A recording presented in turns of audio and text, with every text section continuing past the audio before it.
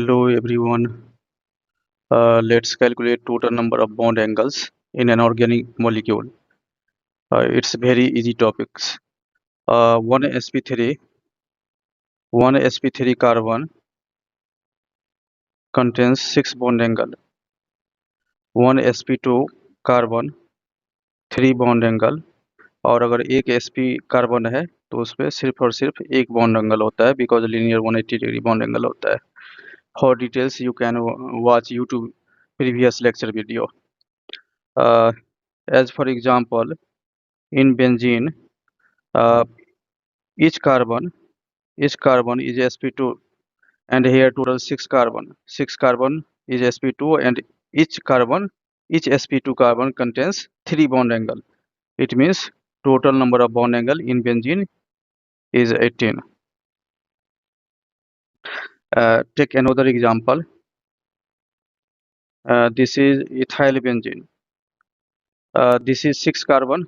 6 carbon is sp2 hybridized, and 2 carbon is sp3 hybridized.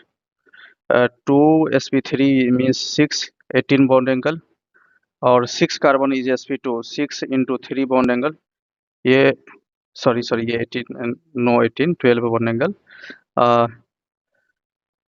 Total number of bond angle equal to 30.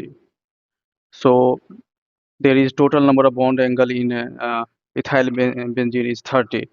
Take another example.